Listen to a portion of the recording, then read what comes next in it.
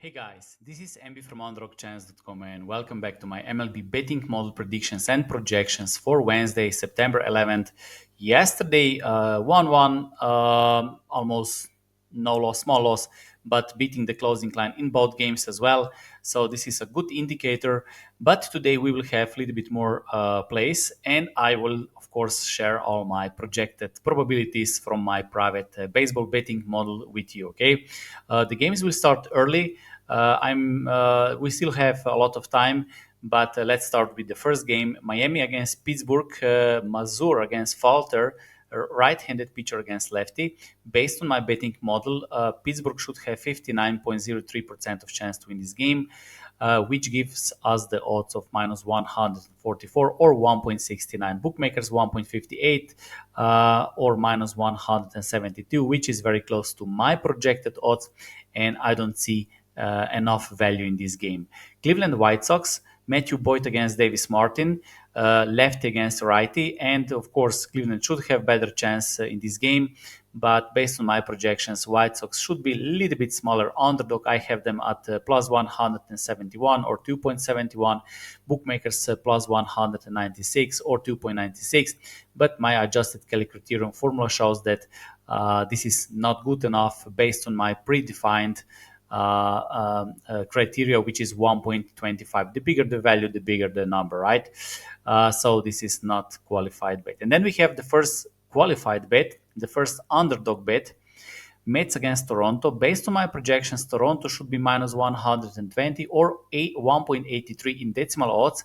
And my projection shows that Toronto should have 54.52% of chance to win this game. And bookmakers give them, or the market, if I'm more precise, gives them less than 50% of chance to win this game. Because of that, there is a value with Toronto, because I get more than I would expect from the price on the betting market, and I have Toronto at 1.5 unit as an underdog, and also first 5 inning plus 0.5, which is small run line. Someone asked me when I take run lines. I recommend to take run lines every time if you get good odds. I have for 1.70 or better. So if I can get run line in first 5 innings plus 0.5, this is usually plus 0.5. And with full game, if I can get 1.70, 1.80 odds. But usually, as I said, if you find the value with underdog, and if you find the value with money line or with run line, in the long run, if you're correct, you will make a profit. Okay, but because we have limited bankrolls, because we have limited number of games, I like to take run lines. Okay, but nothing wrong with taking either full underdog or run line. Okay, I prefer to take run lines with bigger underdogs, and especially in first 5 innings, because many times the game start and after 5 innings with a tie, and then you have the edge, of course, if the odds are good. Okay, Texas, Arizona. Based on my projections, Arizona, there is small value with Arizona, but not good enough. Then we have Colorado, Detroit. No odds yet, but those are my projected odds. Of course, Detroit better team. My betting model gives them 65.97% of chance to win this game. You can see the pitchers here. Toronto against Philadelphia, Shane Bass against Zach Wheeler, two right-handed pitchers. And based on my projections, Philadelphia should be bigger favorite. I have them at minus 265 or 1.38. Bookmakers minus 196, and I have Philadelphia at 1.75 unit, 1.51 odds. Atlanta, Washington. Based on my projections, Washington should be an underdog, but maybe a little bit smaller underdog. So if you like Washington, this can be your supportive information. I think there is small value with Washington. Kansas against Yankees, no value in this game. My projected odds are exactly the same in bookmakers, or fall in between.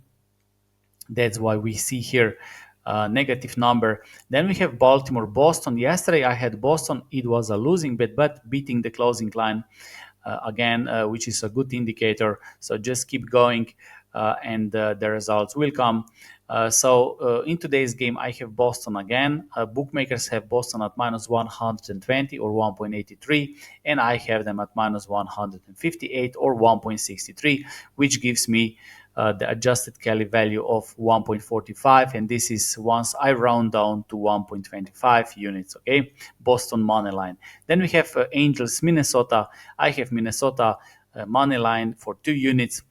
Based on my projections, they will have more than 72% of chance to win this game, and because bookmakers give them less chance, if I say this with simple words, this represent the value. Cincinnati, St. Louis, Oakland, Houston, we still don't have the odds from serious bookmakers. Some soft bookmakers have already the odds, but I think the odds are very similar. We will see later, but I don't believe there will be any value. Okay, Milwaukee, San Francisco, Colin Rea against Blake Snell. The odds are completely fair. I have San Francisco at minus 131 or 1.76, bookmakers minus 135, 1.74, which is the same. And last game, Chicago Cubs against Dodgers. I have Dodgers at minus 147 or 1.68. I didn't see the odds from bookmakers. Maybe there will be some pitcher changes or something like that. But those are all my projected numbers for Wednesday, September 11th. So whatever you decide to take, I wish you good luck. Always remember, never blindly follow anyone. And of course, if you want to learn how to build your first sports betting model and what it takes to have a chance to win in the long run, go to underdogchance.com, sign up for our free course or betting courses, and I will show you how I did it. Okay, so thank you for watching and see you next time.